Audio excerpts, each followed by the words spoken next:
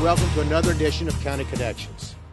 I'm Judge Houston Wells. Today we celebrate and honor our United States veterans. That is why I'm standing next to the Veterans Monument in front of the Franklin County Judicial Center. To all our veterans, I want to personally thank you for your service to our country. Due to your willingness to serve, we are able to enjoy the freedoms of life, liberty, and the pursuit of happiness. We must also honor our veterans through our deeds and actions. That is why I recently volunteered to help serve chili at a VFW fundraiser for the Veteran Centers. I encourage everyone to donate time and or money to help support our retired service members. We must also demand that our federal elected leaders keep their commitments to our veterans. We must ensure that our servicemen and women now and in the future receive the care and benefits that were earned through honorable service to our country. It is also important that we listen to our veteran stories.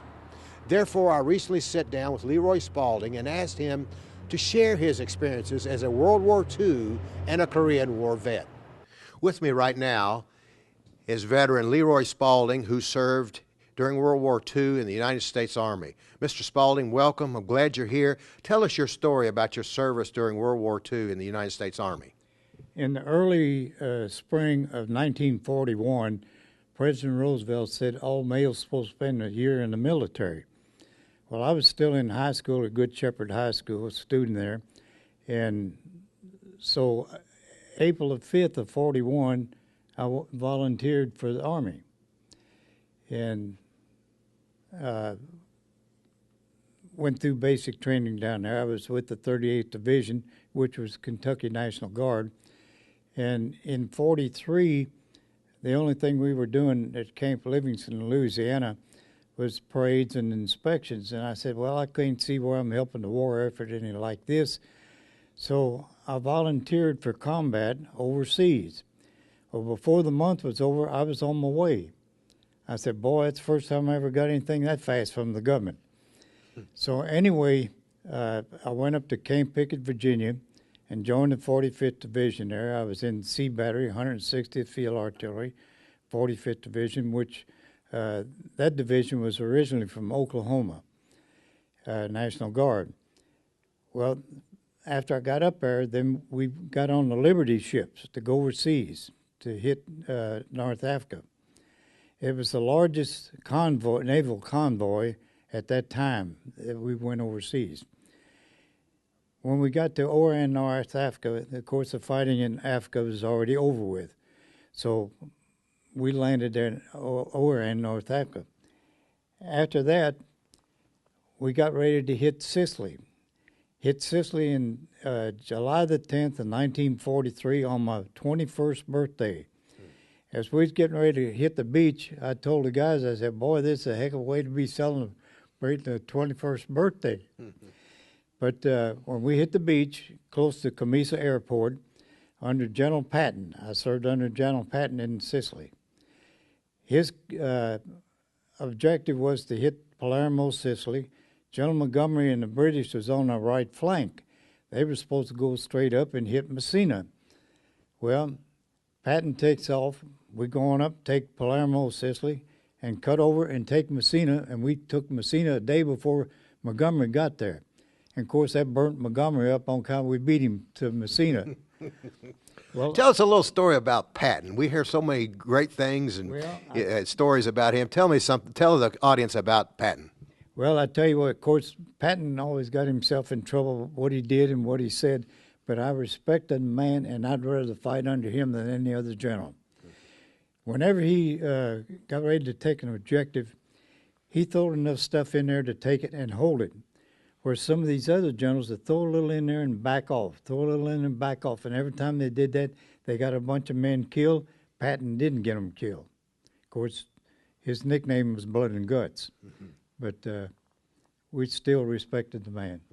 So after you were in Sicily, and I guess you moved over to Italy from there, where did you go after that? Well, from Italy, when we, of course, our baptismal fire was in Sicily. And we were supposed to be floating reserve for the 36th Division. They were supposed to hit Salerno, Salerno, Italy. We weren't supposed to be in the combat until the next day. At 10 o'clock that morning, they had us on the beach because 36 was getting the devil kicked out of them. We landed there, and our battery was leading the assault, C battery, which I was in, and A battery was behind us. We advancing up this road and come around this curve. When we come around the curve, the captain and the Jeep driver was leading us. A German machine gun opened up on them and killed both of them. Our lieutenant took over and he said, put the guns in position. We had 105 howitzers. We put them in position. The Germans knocked out the fourth gun of A battery and closed us in a trap. We was in that trap for 3 days.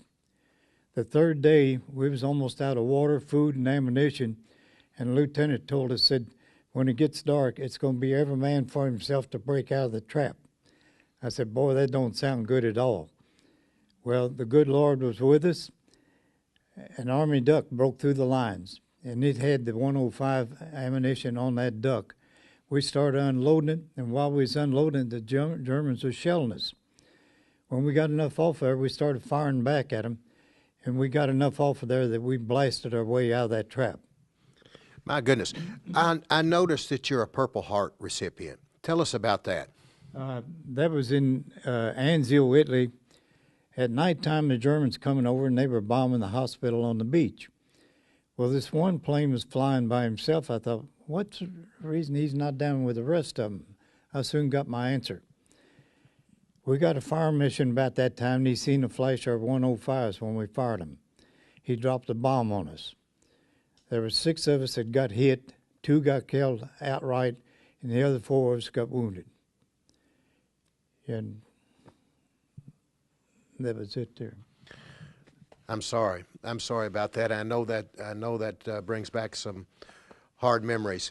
Thank you so much for your service. Is there anything that you could pass on to young people as we know this is Veterans Day and we celebrate the service of all of our veterans, and you especially being a World War II veteran. You also were a Korean War veteran, and you served in the United States Air Force. You're one of a unique brand of veterans that served in one branch of service, the Army in World War II, and during the Korean War, you served in another branch of service, the United States Air Force. Yes, I was stationed down at Ramey Air Force Base in Puerto Rico. We had the B-29 heavy bombers down there. The heavy bombers would take off, and they'd bomb over Korea. Next day, they'd come back.